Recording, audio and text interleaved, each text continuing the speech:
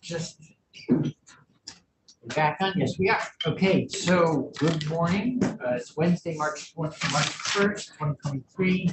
And this is the second half of the morning session of Senate Natural Resources and Energy.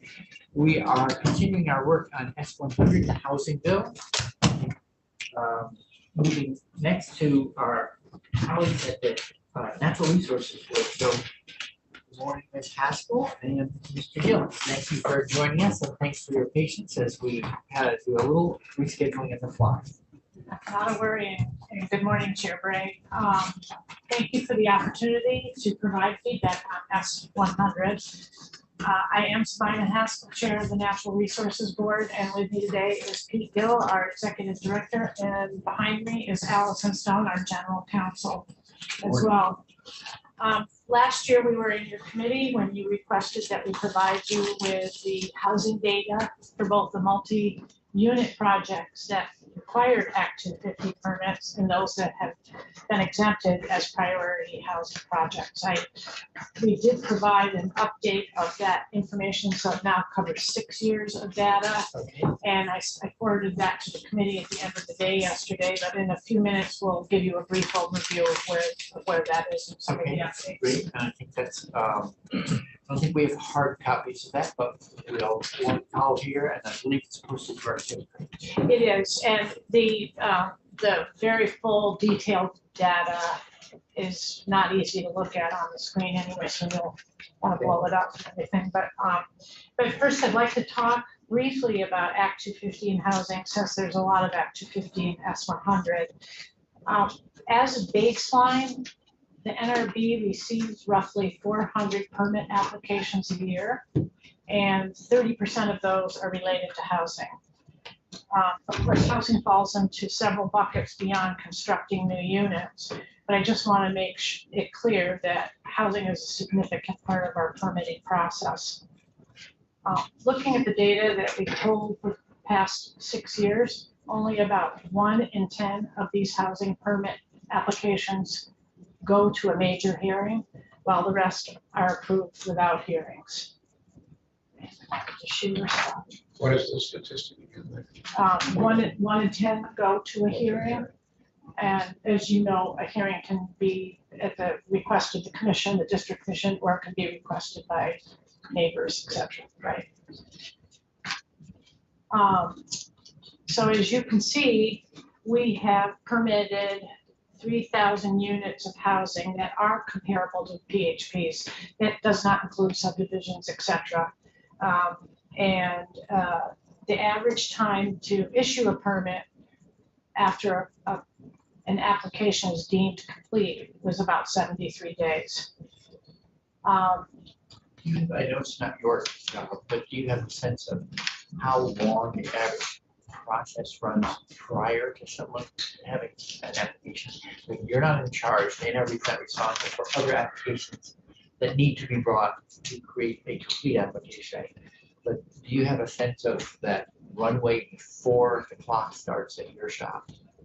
It's the answer nobody likes to give, but it's really definitely application specific. It Sure. depends on the individual application and what they need to do. As an aside, we recommend that applicants meet with our coordinators for a pre-application meeting so that it's clear that there'll be requirements for a wastewater permit or wetlands determinations, etc. And the 73 days, is that a figure for both the ones that are treated as minor and major? Yes, and that's after it's deemed complete. Yeah. And I'll just add there too, in terms of other permits that folks might get, it's not necessarily that they get all those permits, and I'll just use A&R as one of those buckets. Getting those A&R permits prior to their application, oftentimes it's happening simultaneously with our process, and they can use those within our process. So Sorry, I have a question about that 73 days then. So if that is the average for both the major and minor projects, and minor projects don't have a hearing, does that mean that the major projects are significantly longer? They can be. Okay. It just really It depends, and generally speaking, yes. Great, thank you. Yes. Of the projects that we approved, we assessed 1.44 million in fees that, as you all know, are based on construction costs, which is about $480 per unit.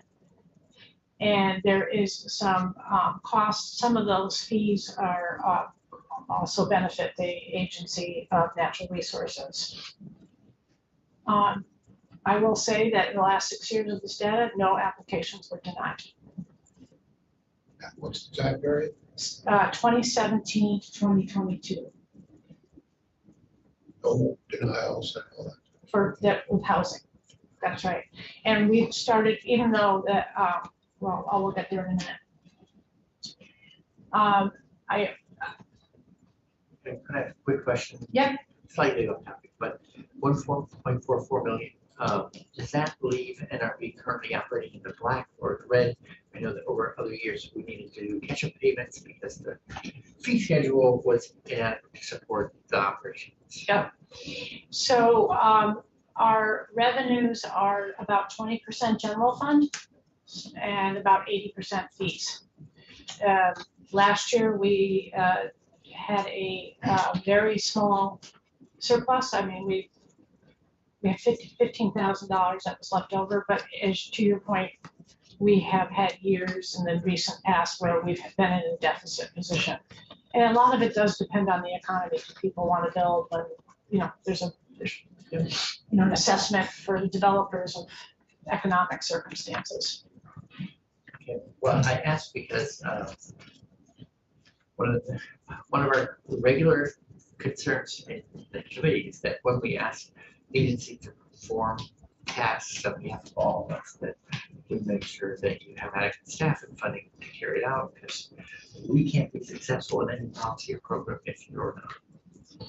Right. And I will say that I will add also that I've been with the NRB for 14 months, maybe 15 now, but we have hired 12 people in the last year. So we're up to 28 right now with the addition of 3 positions that are funded limited service for 3 years, 2 district coordinators and our executive director. So it's been a huge help and really wonderful. Yep. Let's switch to the PHP slide. Oh, this one, sorry. So as we were discussing, PHPs have been exempted from Act 250 since 2013. We provided you with data starting with 2017 because that's when that's all on in our database online, so it's easy. We didn't have to go back and scrape if you feel. Anyway, and as the other folks talked about, there are reduced permitting fees for housing and NDAs. There are no fees for projects in downtown designated areas, what we call the 6086B process, which is not as popular as you might think, but Pete can get into that if you all have questions. And then just to reiterate that what other folks have said, there are 2 upcoming legislative reports that will inform the need changes in the designated area report, which I believe we will be a stakeholder in, right, Chris? And then our necessary updates to the Act 250 program. Much of the Act 250 report will be focused on location-based jurisdiction and the capability and development plan that was part of the commission report of a few years ago. And what are the dates for these reports? The designated area report is due beginning of December, Chris, right? Chris Cochran, for the record, the report is due mid-year, but we're not going to get it done. The procurement process just took us forever. We've talked with the Chair Sheldon and Representative Bongartz about that. Our aim is to get the recommendations complete by December, but that's not what the statute says. So December of this year. Yes. Yep. And then the legislative report that on Act 250 program is due December 31st. And I'll just say as an aside, we can come back and talk to you about the process and what our plans are, but we've really laid out a nice map and scope of work and timelines and stakeholders that we plan to be involved with, et cetera. Sorry about that. So again, we talked about the PHPs earlier, but the long and the short of it is that in 6 years, we have exempted 2,700 units as priority housing projects. And as you can see here, the overwhelming majority are in District 4 or Chittenden County. And you'll also see that they're not across all 9 districts. We have them in 4. Yeah, them in what? 4 distant districts. I'm sorry. Yeah. Did I count wrong? I'm like John Groveman, but I'm not a lawyer. Yeah, so it's my understanding too that there have been some questions about appeals. And I know that Judge Zoni provided information on that to the Economic Development Committee. But I'm just here to say that we had 2 Act 250 permit appeals last year. That's all, 2. One was for a subdivision up in the South Burlington area, not far from Vermont National Golf Course. And the other one, it got their permit, they just didn't like the fees. So anyway, I want to just go forward and say that I think it's fair to say that we all share responsibility in creating the current housing problem, that different factions have contributed to it. And I also think that we need to recognize that we all have to be part of the solution, including that. I can assure you that the NRB is and will continue to approach these conversations with the recognition that the Act 250 law does need re-examination. I think a lot of the points that John Groveman made were spot on. And we've talked about the Act 250 report that's at the end of the year. Its main focus is this location-based jurisdiction. In other words, encouraging growth where we want the growth, and protecting our open spaces, forests, and the working landscapes, agriculture, et cetera. Can I ask a quick question? So those 2 reports, slowly catching up, thinking this through, does it make sense to you to make changes to Act 250 with those 2 reports then? You mean now, or? Yeah. I Or would. do some of them make sense, but do others feel to you like they should wait? I think that it would be great if we could pull a very well organized stakeholder group that has a lot of experience with Act 250 together and make recommendations to the legislature in the areas of location-based jurisdiction, the capability and development plan, and then the other part of the study that I haven't mentioned yet is, I'm calling it the operations of the NRB, but staffing, fees, governance, et cetera. Okay. But again, sort of looping back on a very concrete way to this 100, are there aspects of the proposed Act 250 changes that, knowing what you know about 14 months in and seeing a report in development, that you feel it would be prudent to wait to make some of the Act 250 change, any or all of the Act 250 changes proposed until you and others have that? Yeah, and in a perfect world, that would be great. Yeah, but Pete's going to address some of the things in S100 more specifically. Yeah.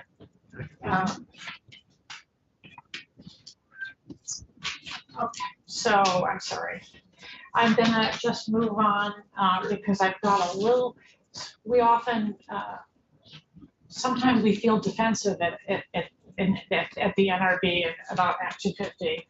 And I don't need to tell anybody in this room how often these conversations turn to fixing Act 250 and that, everything is wrong. But speaking on behalf of the staff, it's unfun to always be the bad guy, and they work really hard to administer the law fairly. And as I said earlier, with 400 permits a year, they're doing a pretty darn good job. But this is a law that was written on typewriters in the late 60s, and we don't live that way anymore. And we're at a crossroads of of a lot of important policy decisions that are affecting both housing and the livelihood of many Vermonters. And I believe that we need to be open to embrace changes to Act 250. And I just want to leave it there and answer any questions, but also let Pete take over with a dive into S100 if you want. Sure, yes, please. I mean, I think at this point, we need to be specific and as I was saying this morning, it's about tempo. We're moving through, we will loop back to things in more detail, but for now, we're really trying to get a broad survey. With that said, I'll try to keep that in mind, but I have gone through a little bit more deep dive. I think there's about, let me step back for just 1 second introduction. Pete Gill, Executive Director for the Natural Resources Board. I was with the board for about 8 years as the Associate General Counsel, took a short leave of absence to Norwich University and came back in this new role. I'm excited to be here and see some of you again and in other capacities as well. So with that, yeah, just wanted to give kind of a highlight, but getting a little bit more into the granular level on the bill. As I said, there's about, I think, 6 sections that I've identified that are addressing Act 250 in various ways, or looking at jurisdictional changes to Act 250. I'm going to use my note categorization versus what's on the slide. It's a little awkward on the slide. Feel free to ignore that portion if you want. But so the first point is kind of the standard housing units has been changed in S100. So this right now, the way that it is framed is we've got an increase to existing jurisdictional thresholds for units from 10 to 25 units or more before a permit is required. So this provision still maintains that 5 by 5, so 5 miles of involved land within a 5-year period. So it just increases that from 10 to 25 is what's happening there. There's also a strike on maintenance. I'm not going to get into that detail there. But suffice to say that I'm not seeing anything major in terms of the removal of that language. The next section I've got here is the housing unit jurisdictional trigger in designated areas. And this is a new provision. This is not a modification of existing statute. And this would allow for housing projects that are market rate housing or mixed use development, which is defined in the statute. Development that has an affordability component within a designated area for 25 or more units would need a permit for a continuous period of 3 months. A couple of points or thoughts to leave you with on that section. Just looking at that and compared, you've got a 3-month and a 3-month section here versus the 5 year in the previous discussed section. So that is a kind of a change on that portion. I would make a recommendation. It'd be helpful in this section to have a definition of housing project. We don't have a definition within either our rules or within the statute. I would also say that the 3-month period, I think I understand where the bill is going on that count, but it is something that is difficult probably from an administrative and tracking perspective. I know that our district coordinators who keep track of these things for developers are used to having things on the 5-year, 5-mile charts, and they can kind of look at that and see where they are within those 5 periods. I think the consultants are used to that standard as well. I'm not sure on a practical level exactly how that works with a 3-month. Just again, something to flag for the committee. The next section deals with priority housing exemption, and this does three different things within the bill. So it takes it creates it so that the definition of priority housing becomes not development rather than making a category within development. So it takes it out of that, puts it into the not development, as long as you meet what a priority housing project is. It includes the removal of the population thresholds that were there previously, and it adds as one of the designated areas for those priority housing project definition to meet that the designated village centers, as long as they've got permanent zoning and subdivision bylaws. Certainly, we recognize, as Sabina was saying, that that it's important to address the housing needs that we have, and PHP is going to be part of that solution. But there is, as we mentioned before, the designation study that's ongoing and the Act 250 updates that are ongoing. I think that would inform some of this, potentially inform some of these changes that are here in that section. Fourth, we've got another new subdivision, a new statutory provision here. This is on subdivision jurisdictional trigger. It creates a new subdivision. So there are currently a number of different ways that you can trigger jurisdiction for subdivision purposes. This creates a new one where there's a partition of 15 or more lots within a designated neighborhood development area in a continuous period of 3 months would require a permit. I think in this section, if the intent is to increase, I think there probably needs to be some wording changes there. Either put that section into a not development or to put a notwithstanding clause, because as it's written right now, you would trigger, I think, if I'm understanding it correctly, you would trigger under either the 6 or the 10 as one of those triggers, because right now subdivision is defined as each of those items, and if you add one that has 15, even if it's in a designated area, you would trigger before a 10. That makes sense. So I think it's not quite baked all the way there on that piece, would be my assessment of it. I'd also like to just note that that does include both commercial and residential for subdivision. So you could subdivide land and it would implicate both residential. It could be used for residential purposes or it could be used for commercial purposes.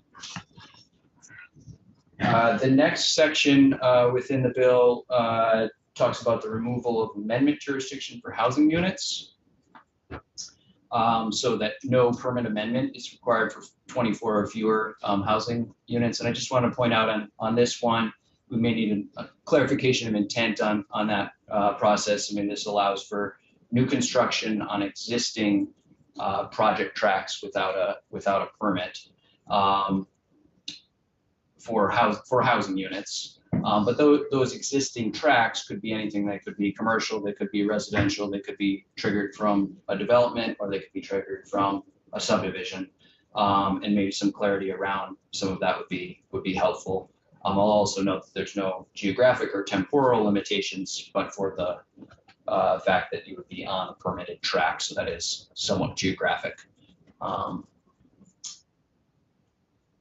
I think one other thing to note is just in combination with the one that I just mentioned, the subdivision jurisdiction trigger, just thinking about how those two provisions could be combined, or sorry, how they interact with each other. So if you are allowed to do subdivisions and you're also allowed to do amendment jurisdiction, you could potentially create subdivisions and then get an amendment jurisdiction to build your housing, and again without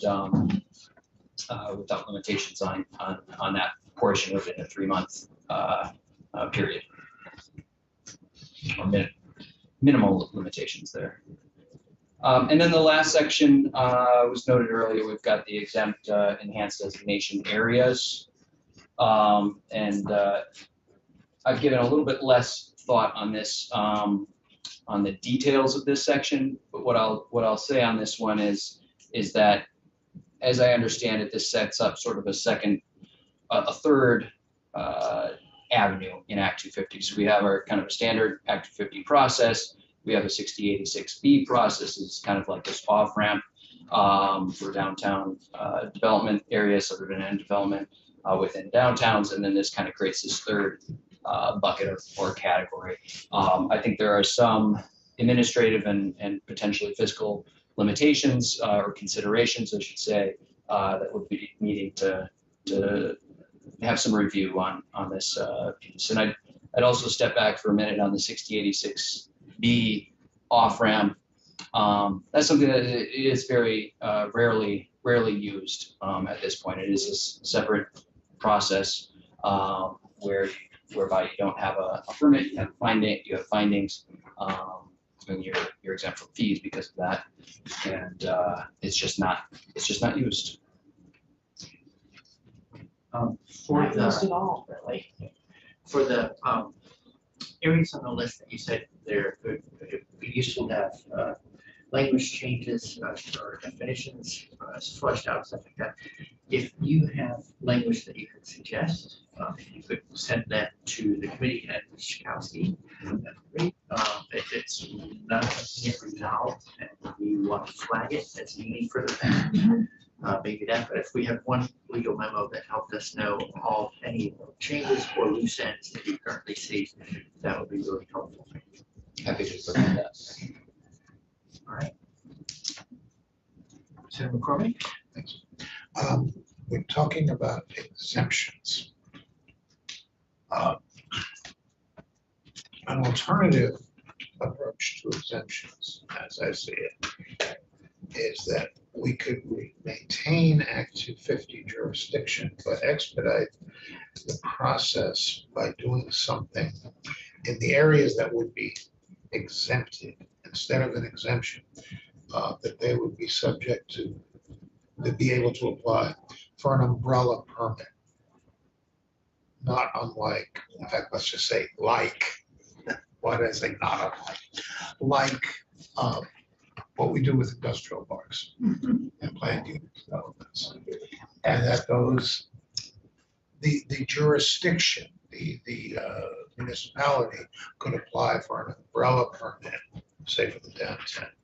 And then any particular development in that area would simply come in for an amendment. My Act 250 experience is that amendments are a lot faster than getting the initial permit. And the amendment would only be for those areas that are particular to the proposed development and differ from the umbrella permit.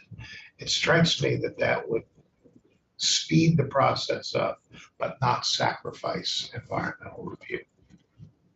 That we would have continue environmental review, but do it faster. And what my understanding is that people who want exemptions want the exemptions because the permitting process takes time, and time is money. So the whole idea is to speed it up. If we could maintain jurisdiction, maintain the review, but do it faster, it seems to me that's a win-win. I would, since you run Act 250, is that feasible? I was just going through, in my mind, the ones that have taken a long time, and each application is for a different reason. I mean, it just could be a holdup with A&R permits. If you have to do a wetlands permit and you do it in October, you're gonna have to wait till April, kind of thing. It could be that there's a neighbor who is unhappy with it and is going to battle it all the way. There's a couple of those right now. I mean, Well, you could dispose of, for example, the unhappy neighbor who has legitimate, we deal with the unhappy neighbor as though that's automatically understood to be a problem. This is America. You got a right to protect your property rights and your property interests, Yeah. you know. Yeah. Okay, but would an umbrella permit help avoid some of those well, delays? the idea of the master plan permit, right? Yeah. Yeah. And Yeah, I guess I was just gonna bring this back to the study, not to say that ad nauseum, but certainly jurisdictional questions, which exemptions are part of what is jurisdiction, is certainly part of the review on the study. So Senator McCormick has a bill, S38, We do. 50 downtown master plan. So it's yes. So, sort of acknowledge that. Thank you, and thank you for your testimony. Yeah. We're gonna lose Mr. Baker shortly, so I'd like to wrap up if we can. Okay, Move on. all right. Thank you. Yeah, you're Good welcome. to see you, and thank you for coming in. And again, we'll watch for that memo. Is that something you can do sooner rather than later? What does by end of day work for you, or tomorrow morning, or tomorrow noon, or what's workable? Let's get it tomorrow, as soon as possible. Yeah. All right, ASAP? great, thank you very much. Okay. Thanks. And duty bound to act. Thank you again. With that, we'll go to Mr. Baker.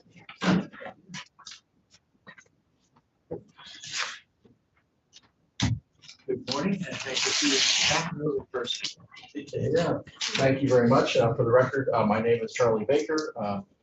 I am here today testifying on behalf of the state's RPCs and our statewide association, the Vermont Association of Planning and Development Agencies. During the day, I worked for the Chittenden County Regional Planning Commission for the last 15 years and did a lot of permitting management in another state before moving here. So have lots of thoughts, but I'm going to share just a few on S100. And I did submit a letter to Jude this morning. I'm hoping that gets posted to you. I'm going to at least summarize that for you in the next few minutes. Okay, great. I'll make sure she is doing her work remotely today, but we'll make sure it's both forwarded directly to every community member as well as posted on the website. So Thank you very much. So first, just to really thank you for addressing this bill, which I think is twofold. I think it is addressing our housing crisis, but it is also, in my mind, an environmental protection bill, and in that the more housing we get to happen in the places where we want growth to happen, the better off our environment and the more protected our environment is. So that's kind of a big picture comment. With regard to more specifics, I'm going to be somewhere between really general and really specific. The parking section, that really is kind of a best practice in professional planning circles right now. There are many jurisdictions around the country that are reducing parking minimums. And I do want to point out, just because it's easy to kind of read the words and not understand the implication, which is it's just stopping municipalities from requiring excess parking. It doesn't mean property owners, developers can't build whatever parking they need, right? So this is just about government requiring more than what is needed. And I think that is proven out in jurisdictions that have done this. You know, it doesn't mean there aren't 2 parking spaces per unit. It just means the municipality is not requiring that. So that's one important point on the parking provisions. The water and the section 2, there's a lot there. I'm just going to focus in on the water sewer service area, trying to get increased density in those areas. A number of folks worked to try to be more specific and realize there are some exceptions to where we might not want to do that. And where maybe we just ran a line to a mobile home park for public health purposes. That's not really an area we're trying to encourage growth. It was a public health reason. And things like that. A number of them are enumerated in the bill. I think they're kind of 15A to like 1 through 6. I suggest maybe a 7th, just because certainly as we talk to municipalities, there are some unusual circumstances where they have sewer service, where maybe they don't want to, it wasn't one of the previous 6 exceptions, but they don't want to encourage growth in that area. So one suggestion for consideration is just maybe some sort of process, maybe like, okay, you can also exclude that sewer service area, maybe with approval from, sorry, Josh here, maybe with approval from the Commissioner of Housing and the RPC. So kind of make sure the state, regional, municipal are aligned on that. Like we really are not trying to encourage growth there. So anyway, that's just a suggestion because I think it's gonna be very hard to pin down every situation. And in cases like that, I would think having a process to address those is better than trying to speculate and use a ton of hypotheticals. Sure. Is that suggestion in your method? Yeah. And is there language you're recommending or just? But you could probably start with this language and then an attorney could make it better. Okay. You have those. So, the next couple sections, sections 11 and 12 deal with regional and municipal plans. And we're thankful to see that in there. And there's the idea in there, we've always had to address housing as part of our planning work. The one tweak that's there that I think is really important is getting information went from the state housing needs assessment, which is done every 5 years, to actually, and they do like a 5-year forecast of housing needs, and they actually do break it out by region or by county. It would be nice to kind of get maybe a longer term target there by region. That comes from the state, and then the regions, the RPCs can use that to work with our municipalities to kind of disaggregate it municipally, and have that negotiation. We did something similar when we did the energy work, the enhanced energy plans. Remember a number of years ago? Sure. We got, the state agency kind of came up with the big targets. We had regional targets, and then we worked with municipalities to disaggregate. I think that process worked pretty well. Something similar for housing, I think, would be helpful. And this is kind of a theme I'm going to hit on, but being able to this is something we can quantify, and we know where these things happen.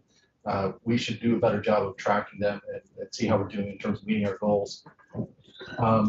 Section 15, there's a provision in there for some funding for RPCs to have housing navigators. We are ready to serve in that role, and we may understand it may not cover the full need, but will still be helpful. So we're supportive of that provision.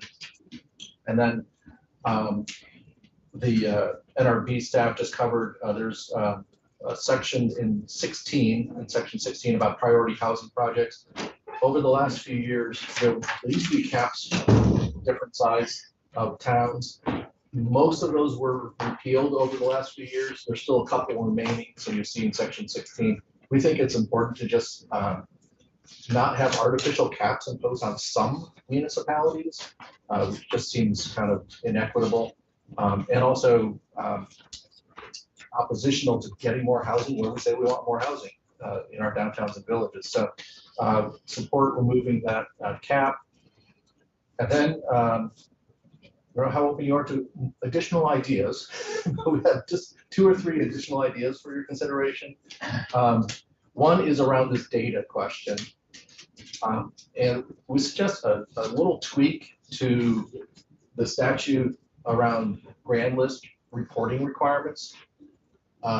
So municipalities obviously report to the state all what's happened in the grand list, how much property tax increase or property valuation increase, property taxes. There is a field right now for the number of units on a parcel. So if a new house or an apartment with 4 units got built, there's a field, but it's a text field in the NIMRIC system that tracks the grand list. It would be really nice if the legislature required that field to be completed and that it be changed to a numeric field that could then be tabulated. So this is probably one of my biggest frustrations since I started working in Vermont, is that we do not know exactly how many houses get built each year and where they're built. It's such a fundamental issue for doing planning that sorry, I think my blood pressure goes up every time I think about it. So I apologize for that, but this is such a critical thing that I can't emphasize the importance of doing this, and just being able to report. It would allow all of us, whether it's the state, to kind of just report out to you, how are we doing on our housing goals? And I think this kind of comes out in just the NRB presentation I just saw. Doing quick math in my head, they did 3,000 units over the last 6 years, right? That's 500 units a year that went through Act 250. My sense is that we do about 2,000. Notice I'm saying my sense because I don't really know, because we don't really know the exact numbers, but we do about 2,000 permits a year, new housing units a year. I think, and then another 500 a year or so were exempted in downtowns, a lot in Chittenden County. But that left half of the housing units are happening somewhere else, outside Act 250, outside of our downtown, at least where they're exempted. And we don't really know. And this kind of goes back to, I think, a core issue that I'm sure you'll deal with here, this year or next year, about forest fragmentation, forest protection, and just rural protection in general. We need better data on what is actually happening for you to be able to make better policy decisions. And I say that, I should say that's maybe a royal at the municipal level, the state level, and even for us at the regional planning commissions to have both municipalities and state Sorry, that was a lot more than you wanted on that subject, but Okay. it's a. Obviously, a favorite topic. Yeah. Okay. Yeah, and the Oh, last, sorry, Sarah Watson. oh, Yeah, so I just want to make sure that there is also language to that effect to address that in your suggestions. and this one, I actually do have some statutory language. Okay, very good. Okay, I thought about this one a little bit more. Fair enough. So yeah, thank you for asking that. Yes, it's in the letter. And it's really just a phrase added onto an existing requirement for the municipalities to report grand list information to the state. That database, who's in charge of, I mean, who actually maintains it? Who could convert a data field from text to numeric? So I'm not an expert in this field at all, but I understand that there's a private company, I think it's called Nemrick, who basically maintains that software system for all the municipalities and I guess for the state to report grand list information. And like I said, I think that company, I'm sure if the legislature decided they should change it, they would probably change it pretty quickly. I can't imagine it's a huge lift, but again, I'm not the IT guy either, so sure. And the last suggestion, and this is, I'm not sure this was discussed a little bit in the Senate Economic Development Committee. There was a section in one version, one previous iteration of the bill about eliminating adoption of municipal plans and bylaws through Australian ballot, which happens in larger towns now. They can't do it through Australian ballot. It's a duty of the legislative body to make those more. I think these are pretty complex policy decisions.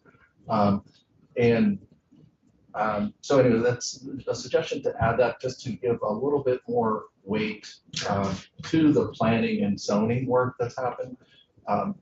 This is personal commentary now. And I'm glad to see the legislature looking at addressing our entire planning and permitting system. It really is a system, as the NRV staff just kind of referenced. They're a little piece of it, but there's a big system that's created in statute. And right now it really puts a lot more emphasis on the permitting stage and trying to appeal and do things at that stage rather than spending more time on the policy in terms of plans and zoning at the front end, which is where most other states have more emphasis at that stage. So anyway, I'll leave those thoughts with you and thank you for addressing this issue. I'm happy to answer any more questions and thank you. Thank you very much for your testimony and chasing these down in the memory section. Thank you. Yeah, great. Thank you very much. Appreciate it. Now I'm looking to see if, yes, Mr. Sawyer's on the screen and also mindful that we are going to be tight on time. So good morning, Mr. Sawyer. If you could just introduce yourself for the record and talk to us about your thoughts on S100. Thank you. My name is Chip Sawyer. I'm the Director of Planning and Development for the City of St. Albans, and I'll be testifying in that capacity this morning. I've submitted some written comments, and I might paraphrase much of it in the interest of time. Thanks for the opportunity. S100 is an ambitious bill with a laudable goal to increase housing, address the housing crisis in an immediate and equitable way. There's a lot to support in this bill, but there are also some sections that I have some concerns with. In general, just for some context, in our city, we've permitted more than 220 dwelling units in the past decade, everything from multifamily projects in the downtown to missing middle development in our neighborhoods. And we have another multi-dwelling project of more than 70 units that's been approved by our DRB. It's going to be getting its building permit soon.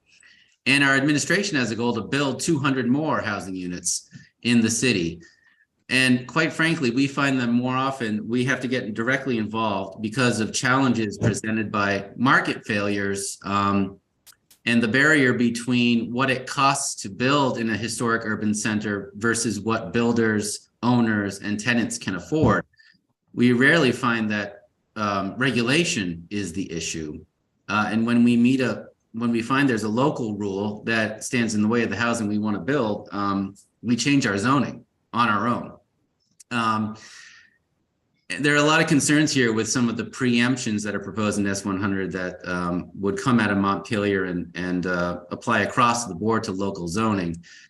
Franklin County is not the same as Chittenden County or others. We are a car-centric county. We have a lot of commuters, even in the city of St. Albans. A lot of people commute in and commute out. We have households that have one bedroom and two earners, and they each have their own car, and they have to go to work in different directions every day.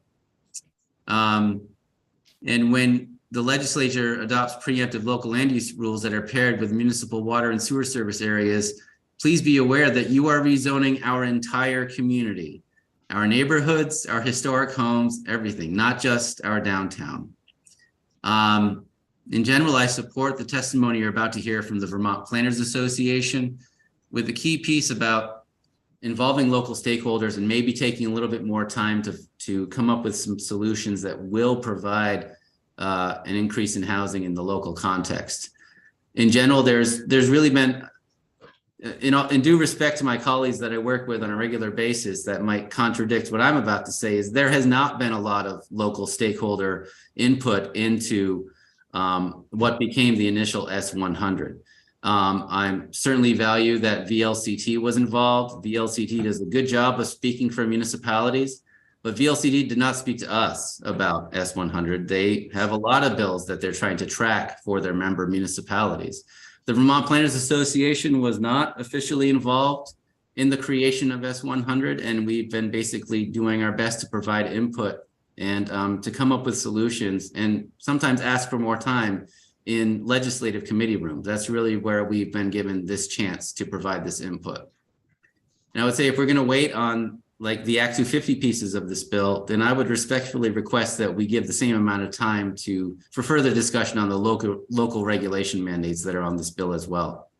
Specifically in sections on parking, the proposed rule is written in section 1 on parking. It doesn't provide for adequate parking for many missing middle properties in our community.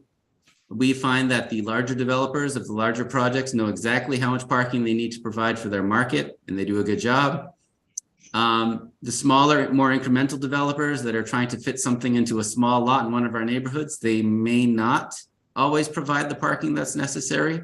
That's why zoning exists, to make sure that as properties developed in our communities, it's viable and is matched with the community services that are provided. Quite frankly, if we're not allowed to require 2 parking spaces per dwelling unit in missing middle development in the city of St. Albans, it will create an inequitable situation. We have many low to moderate income households that are burdened in our community with housing that they don't have much choice over, that doesn't have the parking capacity they need. So they end up paying parking tickets. They end up having to pay to park elsewhere. It's inequitable. And our zoning at least tries to make sure that when folks are building in our neighborhoods, that they're keeping in mind some of the things that they should provide for their residents. I provided some compromise language to the Senate Committee on Economic Development, and that's footnoted in my testimony as well. On-street parking is not a great option in our city. Our streets are 2 lanes wide, which means that when you park on one side, it is now a 1-lane street. If we normalize that, we would actually have to remove parking if we were to create parking spaces. And I know there may be other solutions for care of our streets in the winter, but I am unaware of any viable solution for a Vermont community like us with the streets that we have that are other than requiring parking bans during storms in the winter. Seeing paid public parking and on-street parking as a solution to require less parking in our zoning is inequitable. And I think local communities should be told to look closely at their parking rules, but that we should be the ones developing those parking rules. We can't just plan for the ideal. We have to plan for the possible and the equitable. In section 2, the preemptive language on duplexes, multi-unit dwellings, and density allowances. I'm not crazy about the one-size-fits-all approach to these mandates. One agreeable aspect is the use of the word allowed rather than permitted by right. When you use the word allowed, it does still allow a community to regulate these developments for concerns such as traffic, community services, and other factors. And that would be a beneficial process for these uses that are proposed. They would not be prohibited, but they would be allowed to go through the review process that a community feels they should go through. But I would also ask that these mandates be limited to new construction only. We haven't had a lot of time to talk about how these preemptions might affect existing historic homes. The communities may not be prepared for developers to start chopping up large estates to be able to, because they can, when rules aren't developed to ensure the historic preservation of the character of these homes. New construction, that's a totally different topic. For section 2, the preemptive public assistance allowance for hotels, this is interesting. You know, I do believe we're already in many ways not able to discriminate against people based on the receipt of public assistance, but the way it's worded, it does seem like it might be prohibiting a community from regulating a hotel based on the length of stay of that hotel's customers. And that kind of goes against the idea of how we define what a hotel is in statute.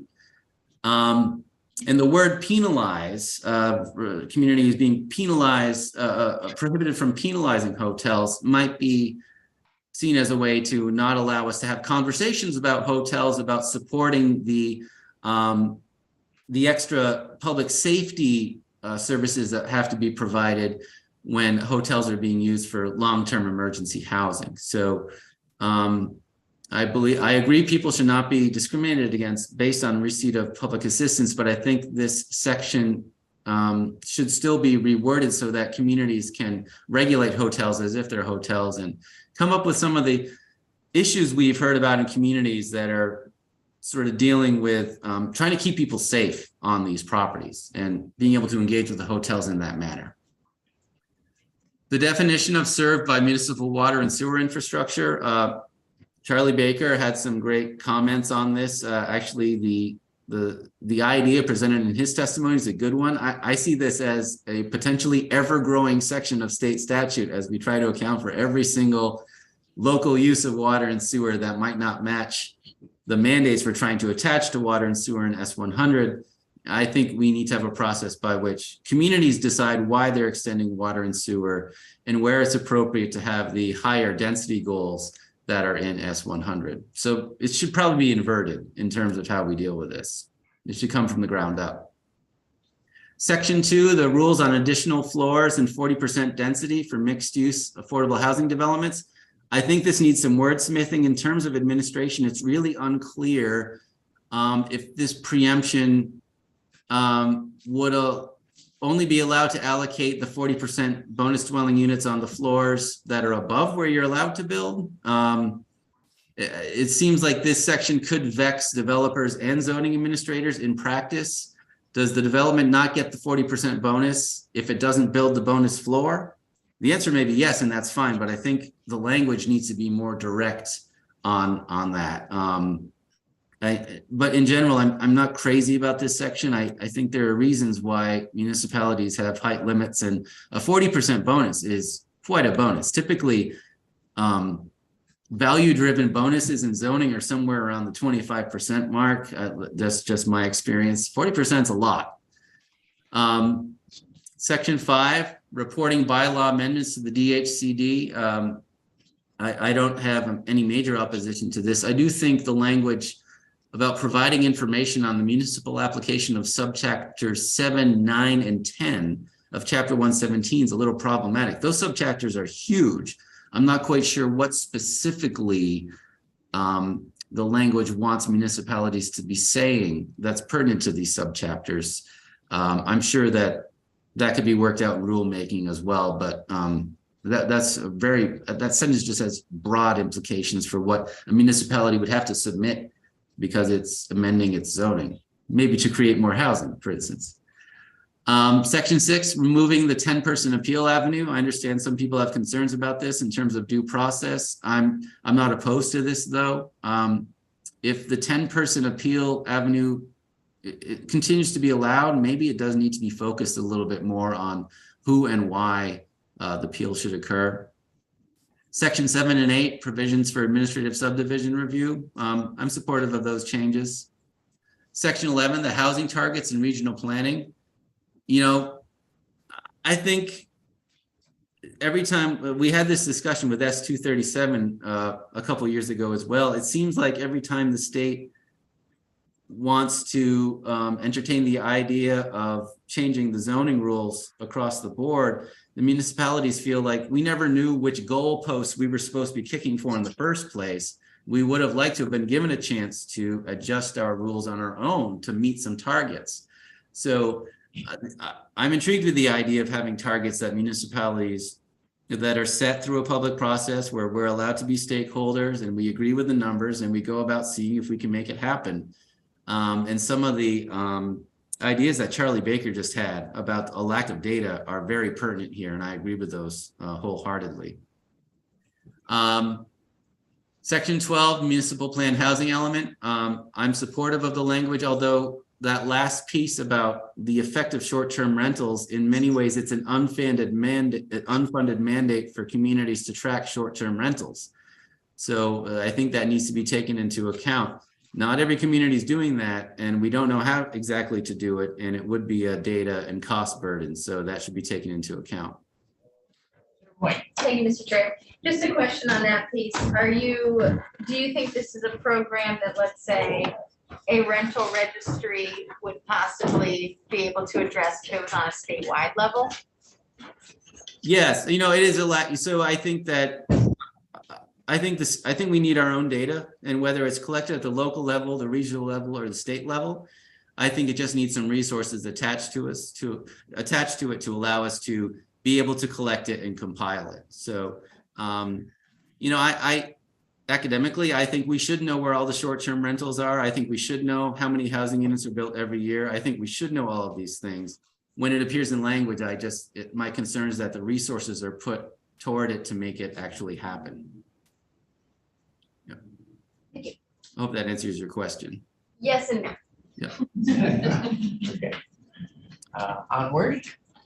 Municipal authorization of water and wastewater connections in section 25. I'm supportive of this reduction of redundancy between state and local regulation. And it's something that our community would explore if it were made possible. We would see if it's something we'd be able to take on. The same thing back with sections 18 to 21 and enhanced designation. I appreciate trying to use our designated areas as a way to build upon reducing some redundancy between state and local regulation.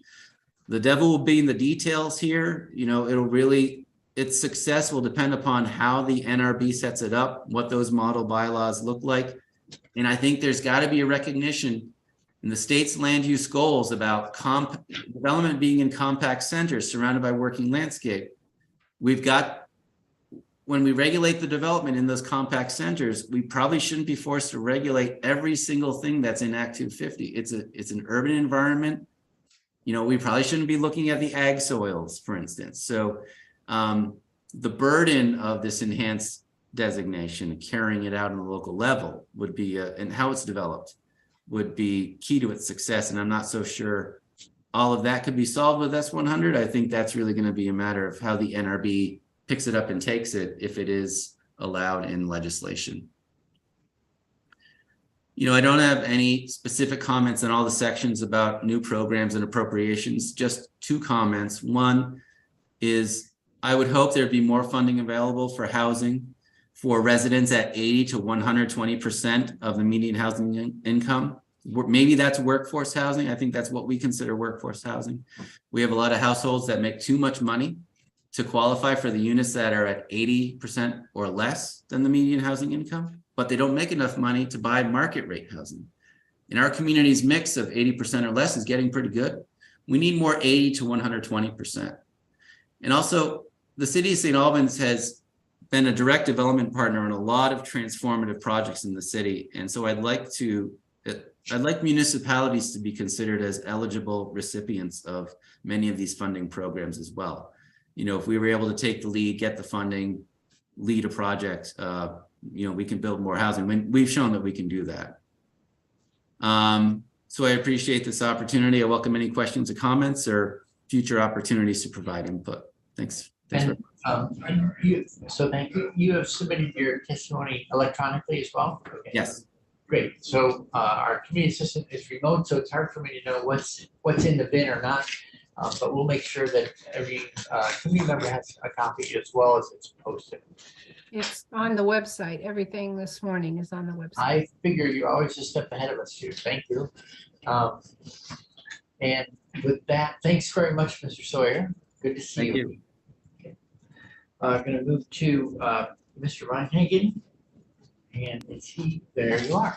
Good morning. Good to see you again. Yes, thank you so much for making time, and I'll try to be brief because I know you're a bit behind schedule. So my name is Alex Weinhagen. I'm the president of the Vermont Planners Association. We're a nonprofit advocacy and education professional group for Vermont planners. We're a bit broader than VAPTA that Charlie Baker was representing earlier. Our membership includes municipal planners, regional planners, state planners, as well as private consulting planners of all stripes: transportation, land use, housing. We have about a little over 150 members statewide. We have been involved in making comments on the bill since Representative Bongartz shared an earlier version with us towards the end of last year.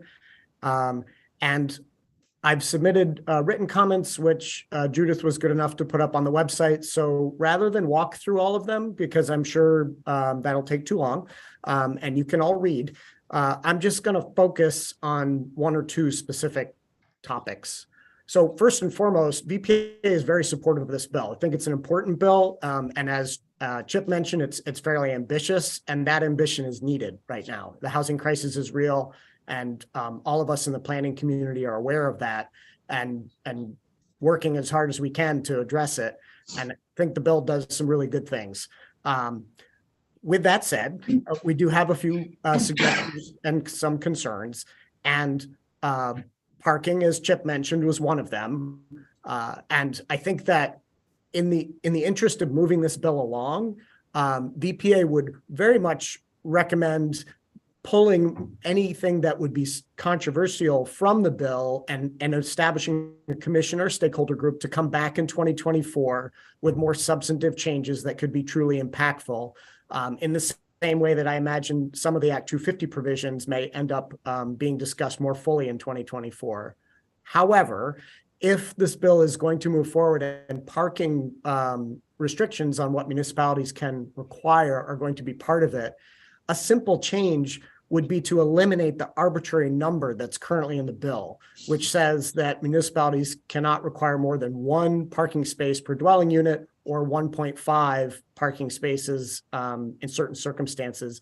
And instead, simply have the language say that municipalities shall have parking regulations that are based on the actual need of the development project in question, and not on an arbitrary municipal parking regulation that may also have a number that just doesn't make sense for a particular project.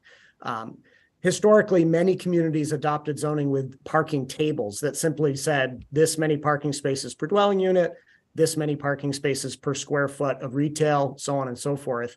And we know, as Charlie Baker mentioned, that those have been restrictive and not all that useful.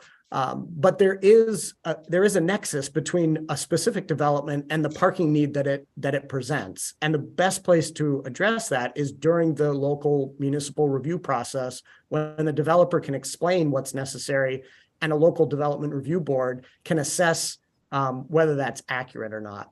So that might be an easy change to the bill. Yeah, thank you. Sorry, Senator White. Thank you, Chair Bray.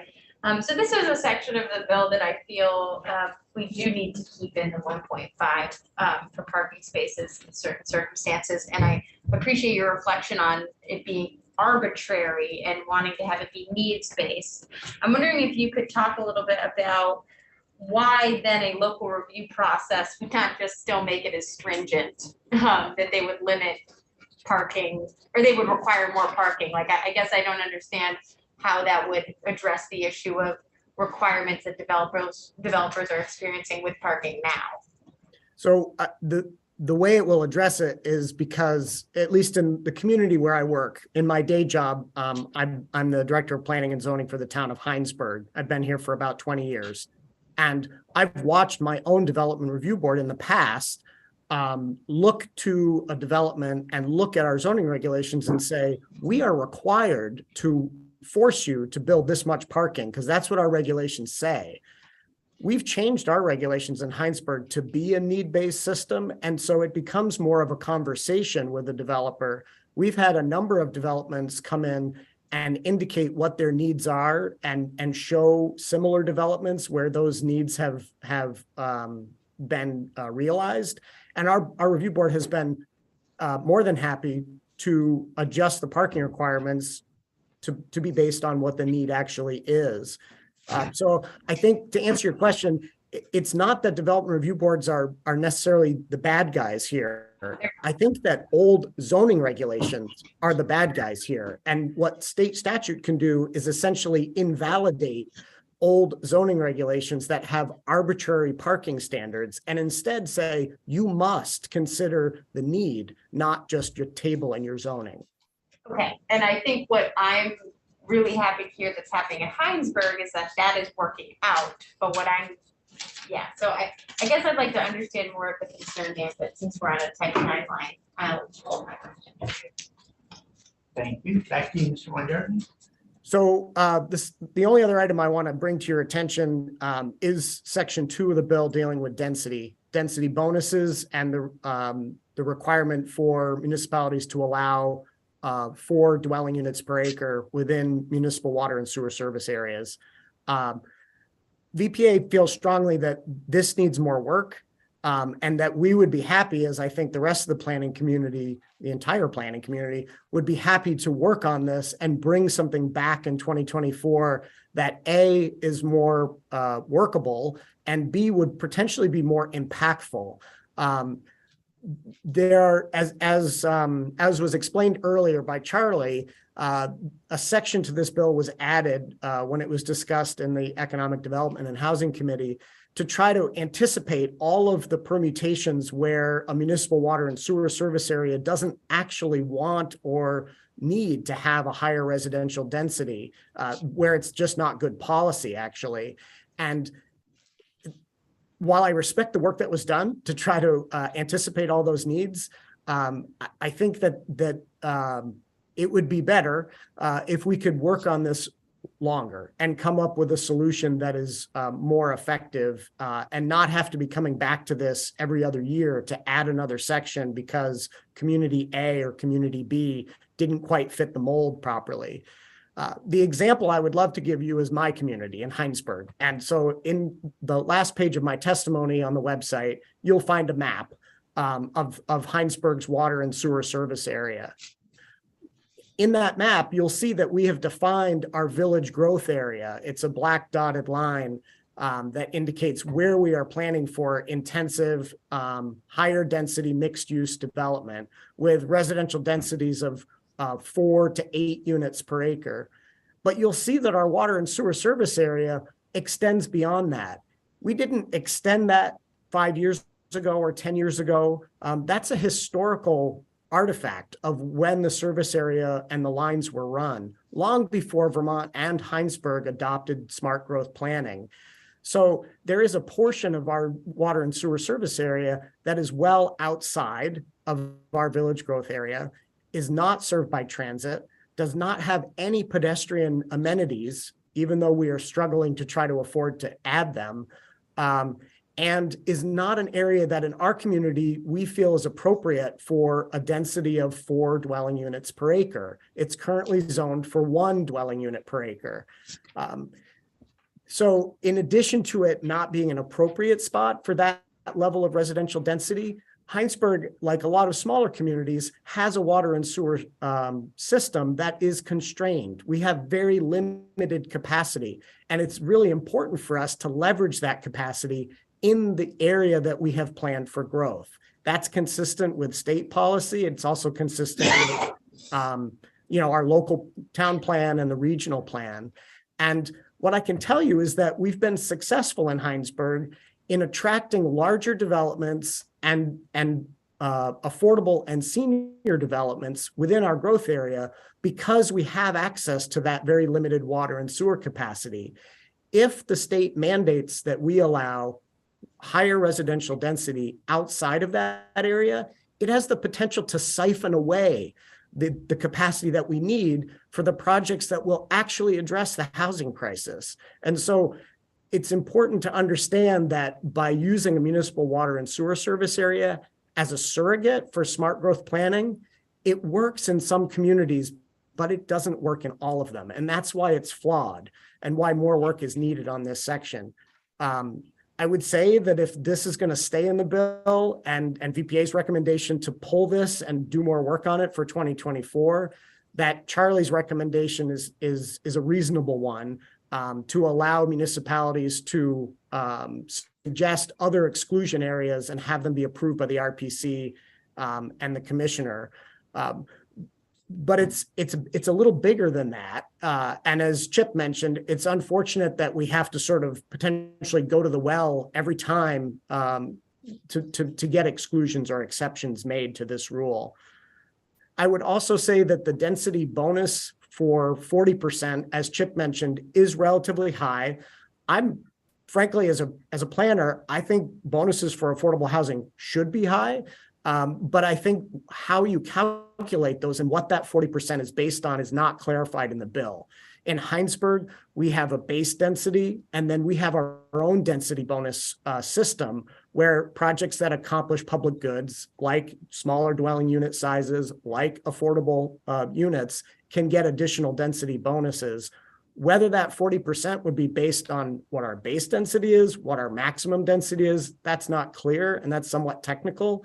And I would just close by saying the density bonus provision to add an additional floor, that is very problematic. Many small local communities have height limitations set specifically for fire protection, and just arbitrarily allowing a whole nother habitable floor of a building without understanding what those limitations are at the local level or within the municipal service area, different communities that support each other in fire protection. That's a dangerous practice. And I don't think that that's policy that we should be enacting now. Again, perhaps we can workshop this and come back in 2024 with provisions that actually will work on that front. But I think it's somewhat dangerous to have that move forward now. Happy to take questions. Right.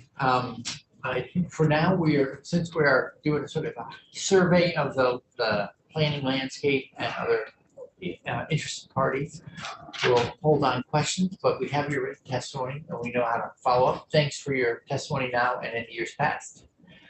Thank you. With that, I'd like to go to the commissioner because he has to leave, and ask Ms. Meyer to please, that we'll just switch up the batting order. Mr. Weiss has agreed to come back tomorrow. Thank you, Mr. Weiss. Good morning, and I know you have a handout. I'm trained by people I work for. Judy's doing it proud. Perfect, and I'll refer to really only the first three charts in there a little bit in my testimony, but thank you for having me.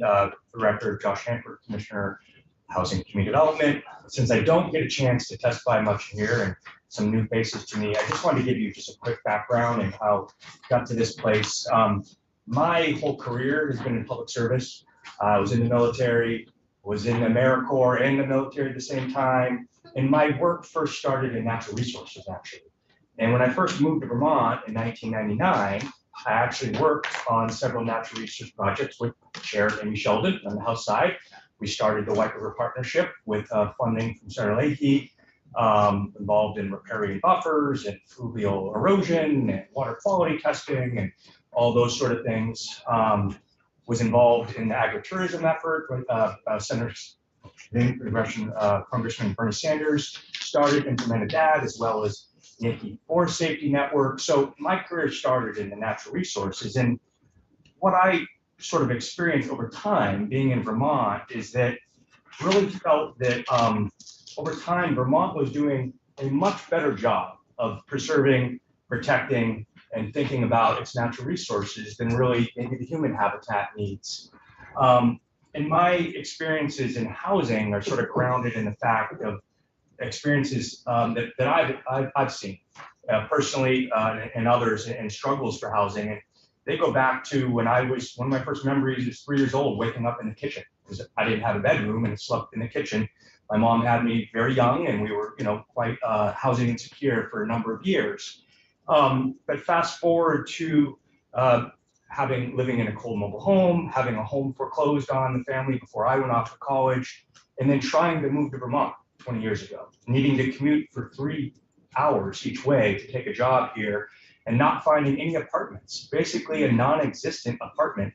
And this is in both Senator McCormick and McDonald's region. And I finally pretended I was a law school student and found the list of law school apartments to find something, which is not how it should be for folks we're welcoming to this state and for the future that we need.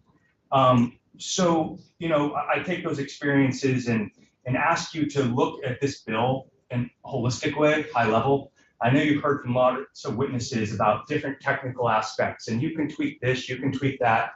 Everyone's got a different opinion on how it would work better. And I will say that from the governor's perspective, he also has compromised in support for this bill.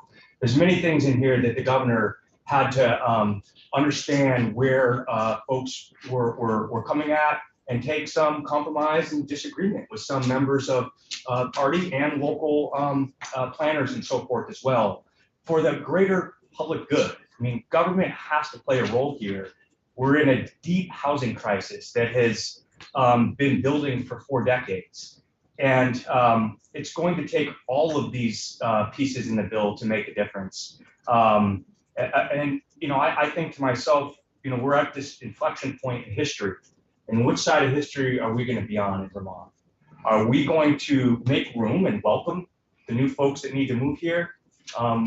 As a leader in climate change, as a leader in some of the efforts we're doing, are we not going to make room for others to sort of contribute to that goal that we have? Some of the charts there you can see we have very old housing stock. We need new housing to be built to literally help with our climate issues as we welcome new folks. Our rate of net change over the last 2 decades has been virtually zero. It's 0.6% net housing growth. When you take into account housing that's naturally lost or converted, it's barely even adding new units at a time when we've seen just in 1 year a net population growth of 5,000 residents. But more importantly, household sizes are smaller. We need more housing units just for the same number of people. And then when you look at our sort of climate goals and how we're dealing with our natural resources, the third page is a chart that shows you the imbalance between where our jobs are and where our houses are in this state. And what you see there is only the colors that are orange and yellow are places that have more houses than jobs. Everyone else is commuting long distances, opposite of what we want, smart growth. And so we need to double down on building the housing that our future needs. And I think this bill sort of asks everyone to compromise and be part of the solution. So wait, green is more jobs than houses? Correct. Okay. Correct.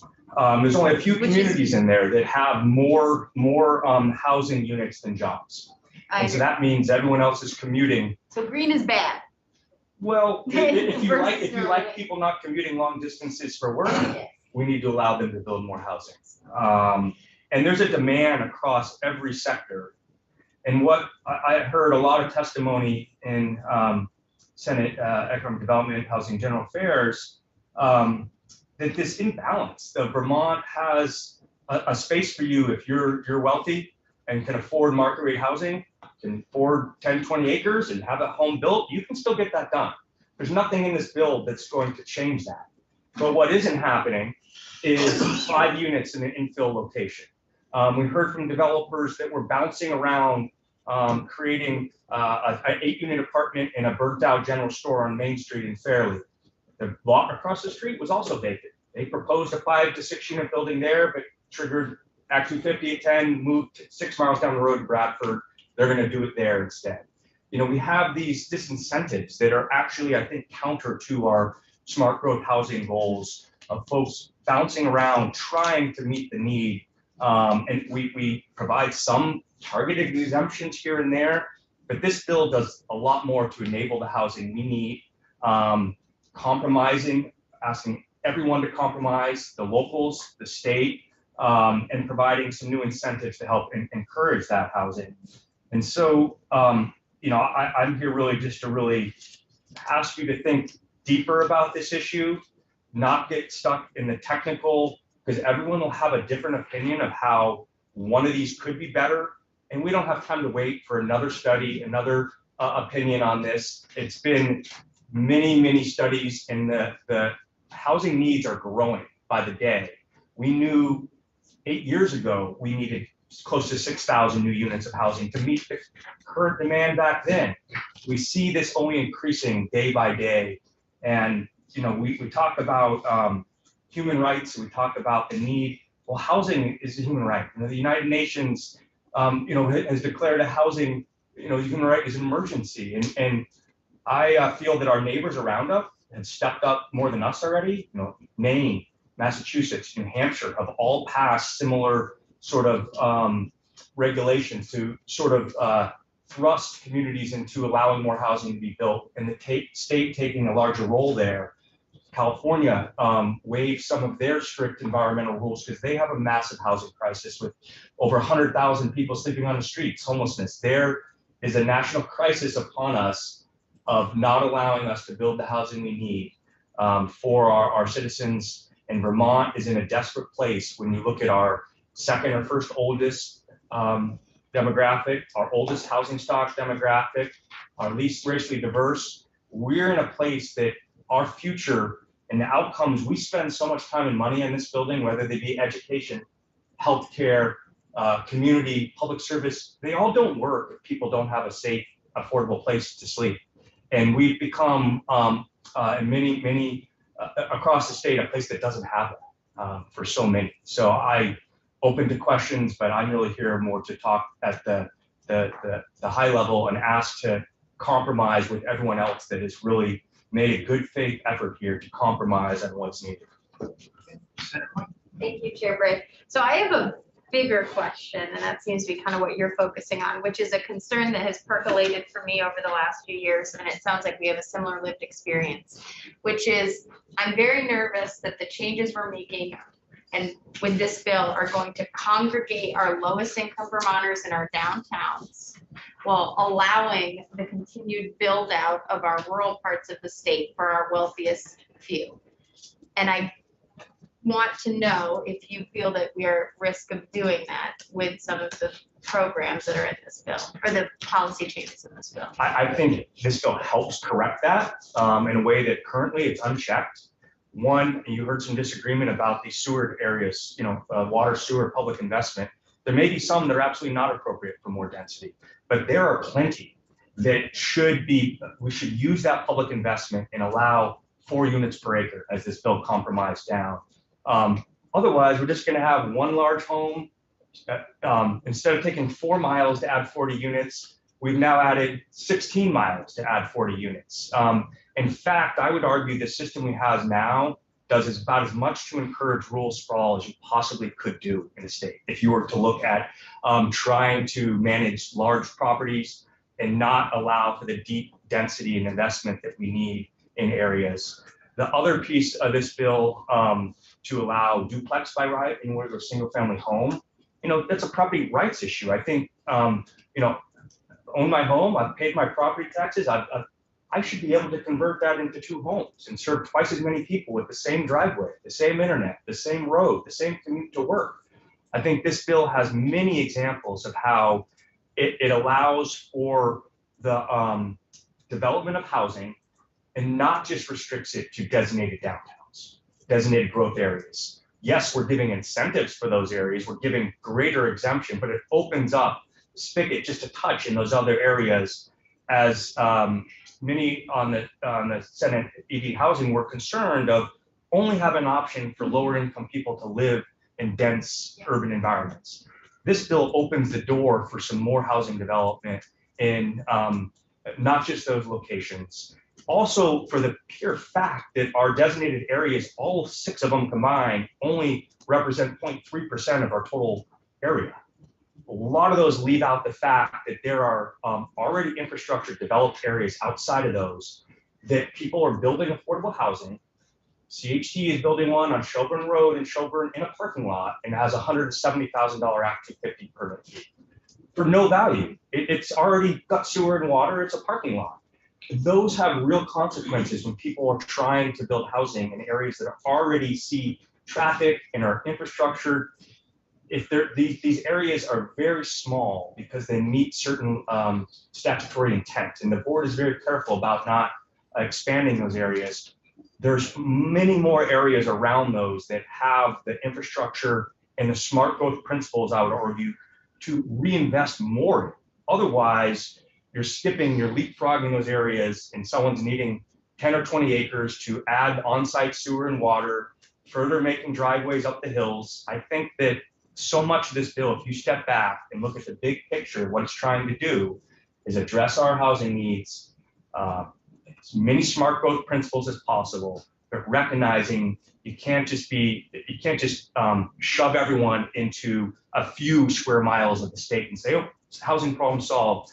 Great, we're going to serve the future, welcome new families, diversity that we need. So that's my opinion on that aspect. Thank you. Any other questions? Okay. Well, thank you for your work on this important. That inspires. Thank you for your patience. So we're a little constrained on time, as you noticed this morning, but Thank we you. visited with you recently, so we probably have a running start on this. Yes, appreciate the time very much, and I know you have lunch ahead of you.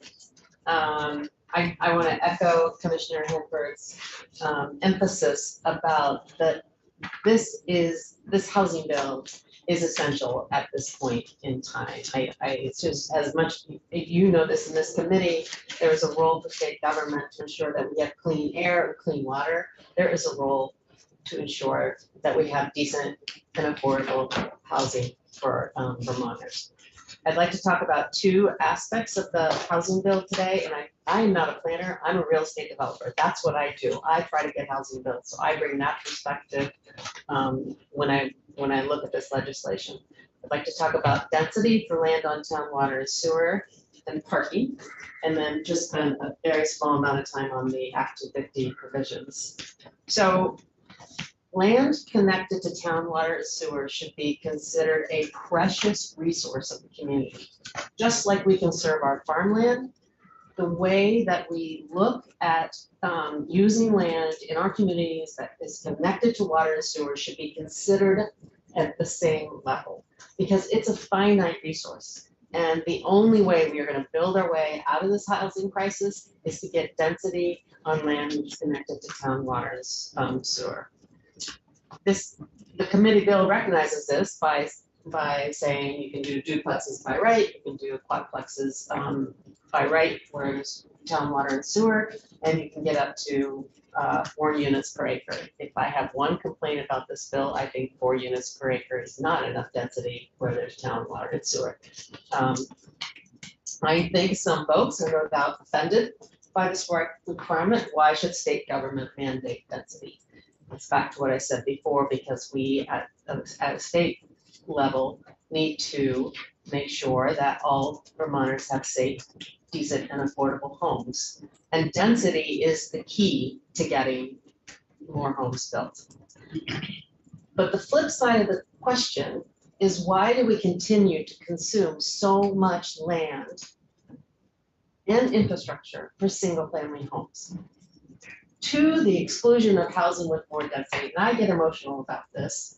We've been doing that for decades, and you have the book, The Color of Law, on your bookshelf, and if you've read that, you understand the inequity of the single-family zoning that has been promoted across the country. And many of our children and grandchildren are not going to be able to buy a single-family home on a quarter acre. They might be able to buy half a duplex, and they might be very happy about that. I can give you a real-world example of how hard it is to find land on town water and sewer. In the town of Brattleboro, there were 80 units of public housing built in West Brattleboro along the Whetstone Brook, not only in the 100-year floodplain, in the 100-year floodway. Tropical Storm Irene flooded the property badly. We needed to find a new place to build for these residents. to finish the last phase of that and get residents out of harm's way, it took me 3 years to find land on town water and sewer with the appropriate zoning, which when we completed our work, we had a density of 26 units per acre, and it's a beautiful neighborhood. Now, I'm not going to suggest that we get to 26 units per acre in density, but it does say that 4 units per acre, I think, is achievable. And it's a step towards addressing this. So it's a step towards saying that we are going to correct this inequity around our single-family zoning. And you know this, it's at a time when we're finally investing in infrastructure in water and sewer communities. So at the time that we're doing that, we can also increase the density. The second area is about parking, and there's clearly a lot of opinions about parking. And why do I care as a housing developer? Well, I look at it the other way, is that 2 parking spaces per unit basically reduces the number of housing units we can deliver. And we have clear priorities to build in our downtowns, our village centers, infill development, and those are tight sites. But in some communities, even in those locations, you're required to do 2 spaces per unit. And I'll give you the example of Stowe, not to pick on Stowe, but the entire town is zoned requiring 2 units per acre. And we were fortunate, right in 2020, to use COVID relief funds and to acquire 5 existing apartments and 9 new construction apartments that were slated to go to be Airbnb, to be the Airbnb building. So we secured those 14 apartments, and one of the 3-unit building, existing building, so easily could have been converted to a 4th apartment. And it was killing me because it was easy to do, wouldn't cost much money. We could not squeeze 2 more parking spaces on that site. So we didn't do it, and it's right in the village, and when I drive by there, I pull in the parking lot, and it's usually half full. We'll have it. Quick question on that. Did you ask for not an exemption, but like a waiver? It was not allowed in the zoning ordinance, which is often the case with parking. That if they are not allowed to grant such a waiver, or that if the town chose not to grant a waiver? The zoning ordinance does not provide for a waiver from the 2 spaces per unit. So they couldn't do it. Okay. There's no non-conforming allowance. Okay. So as I just touched briefly on the Act 250 provisions, as I said, I'm a real estate developer, and I do agree with some of the changes that are proposed. I think we need to look at the jurisdictional thresholds. I think the 5-year 5-mile radius rule should be looked at. I also very much agree and support removing the duplication for the state wastewater permit. And the reason is for Act 250, because in order to get your Act 250 permit, you need all underlying state permits, and each underlying state permit has its own timeline. And you have to sit and wait until you have all of them before the district coordinator is able to release your Act 250 permits. So it actually would be a way to speed up perhaps getting to that. But Sorry, just to make sure I'm following. Are you suggesting that the Act 250 permit could be granted contingent on getting a state issued permit within a time certain, or what? that's an idea. That's a very big idea that would require a lot of discussion. But I'm just saying that the bill has removes the need for getting a state water wastewater permit in towns with the appropriate water wastewater connection infrastructure in place. Yeah. So like I said, I like pieces of some of the suggested changes to Act 250, but I think this is the time to look at the increase in zoning density, and yeah, for that reason, I hope that we can focus on that in this legislation this year.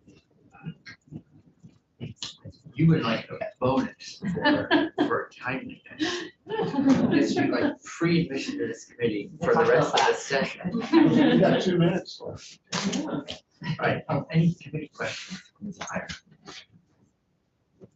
Can I ask you a quick question following up on Stowe? How often is that experience happen? You know, where you say, oh, well, we are running out of spots. We're not gonna be able to do another unit because we don't have the land to satisfy a 2 parking spot per unit of requirement.